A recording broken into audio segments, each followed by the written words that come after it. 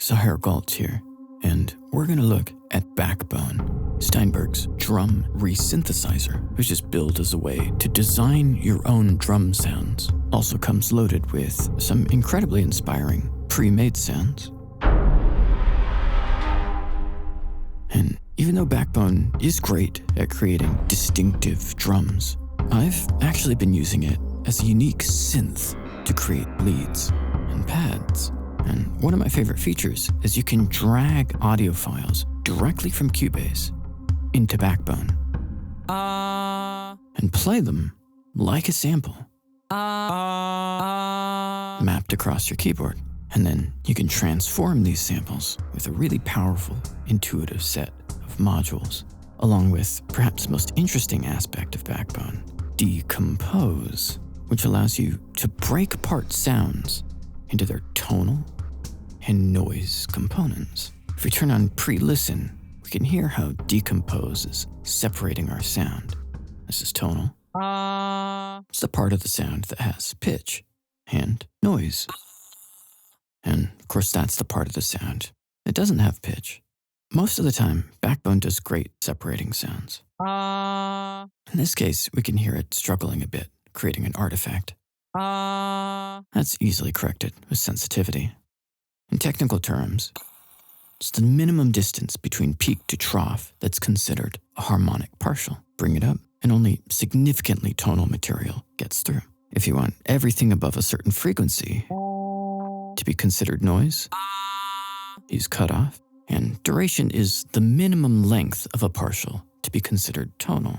Really helpful for percussive sources, less useful for this long sustain. And once we've got our sound separated the way we want, we simply hit apply, and decompose updates Backbone with two newly created layers. One that's tonal, and the other that's noise, which we can interact with independently. So let's start by working with the noise layer. If we click up here, we get access to the sample page, which allows us to edit the sound itself. Let's solo it. We can do a high pass, get rid of all the low frequencies. Click the N, and we can normalize the sound. Makes it easier to hear what's going on. I mean, that's an interesting sound in its own right, like shattering glass. And with the noise layer louder, it's already creating a more complex texture. Okay, now hopping over the tonal layer, we need to make a quick adjustment. The pitch I sang is a G. We need Backbone to use that as the root key. So when I play a note on the keyboard, it plays the right pitch. Perfect.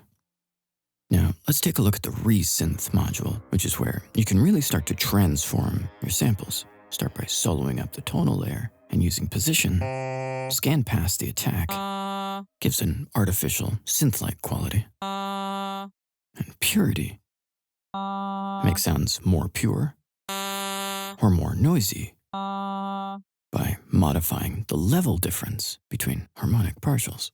Formant allows you to shift the formants in the spectrum, and scale is the intensity of that change. The extreme settings has got me sounding a bit like a speak and spell.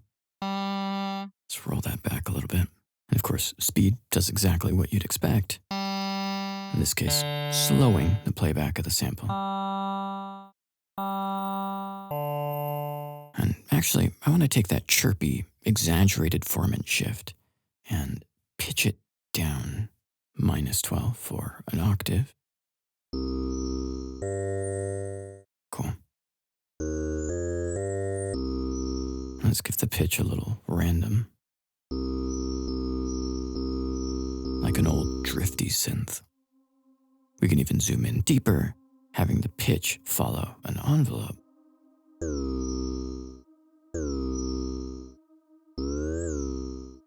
The pitch will follow the contour that you draw here, and to the degree you set an envelope amount.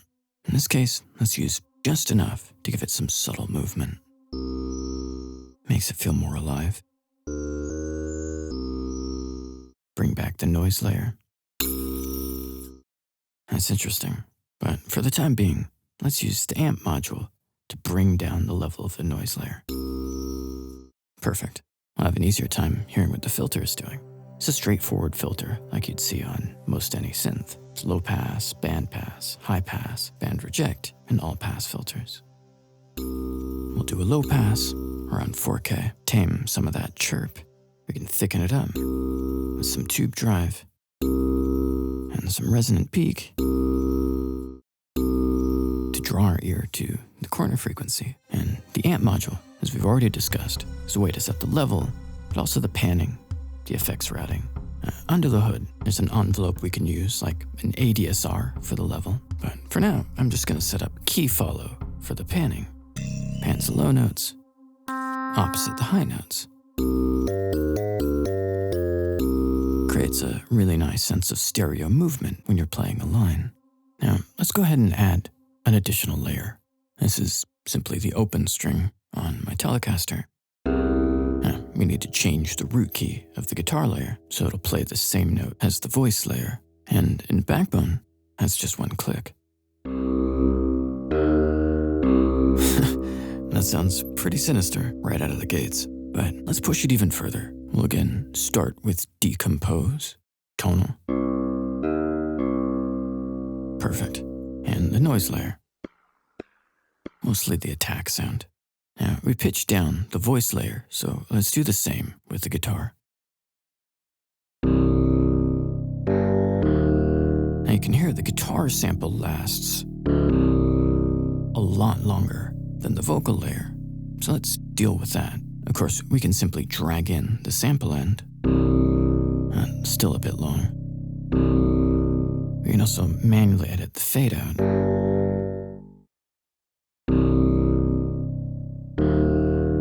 And that's working pretty well, but since we're making a melodic instrument, we can go under the amp tab and select sustain, which means as long as I hold the key down, the note will keep ringing until I let go. So let's set that up for the guitar.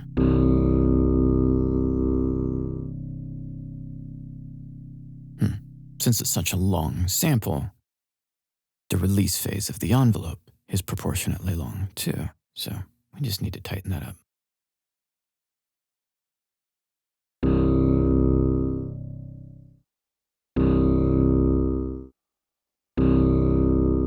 That's sounding more cohesive.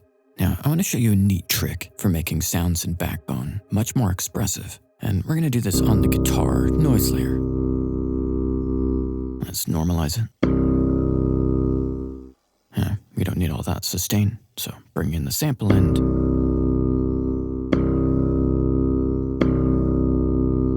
And there's a little bit of noise on top.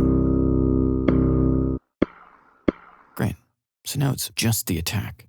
Now we can drag out this sample start range past the attack, so that's ordinarily where the sample would get triggered from. And then drag back the velocity start range. So when I press the key softly, the sample triggers after the attack. Hit it hard. We trigger the attack. Softly. Hard. Alright, now to really pull this patch together, we'll run it through an effects chain. And in Backbone, there's two banks, FX1 and FX2. Each bank gets 4 slots, and you route signal to these at each layer's amp module. And we can see the tonal voice layer is currently routed to FX2, so let's set up a reverb there at the end of the chain. That sounds amazing. Let's make it a little bit more dry. And we'll send a delay into it.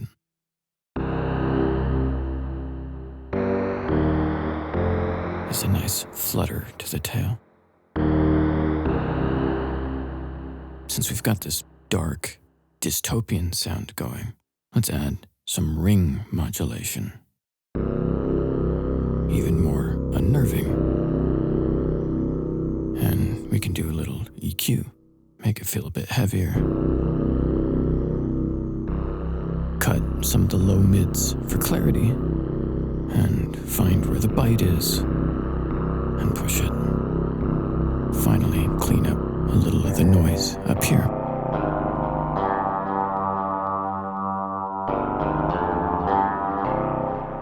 That's already sounding pretty great, but let's send the guitar layer to FX1. And you see, it's not actually a binary control. It can be a blend. Let's do a little distortion to the guitar.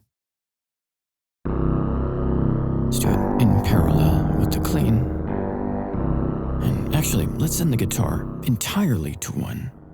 As in this routing scheme, if X1 flows into FX2 anyway, we can actually select one of the other routing schemes. If we want to say, skip past the EQ and ring modulator, or have FX1 flow into the reverb only. And I like that. We'll skip ring modulation in the guitar and instead send it to a frequency shifter that you're able to send individual layers to different effect chains. It's really powerful.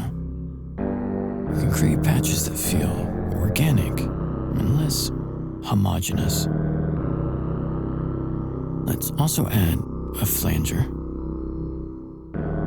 Now remember, only the guitar tonal layer is getting this, so we can really exaggerate the effect. That's haunting. And by the way, if you want to skip effects routing on any given layer, click Direct. Okay, and as a final touch, let's do resynthesis on the guitar. Slow it down and make it less pure.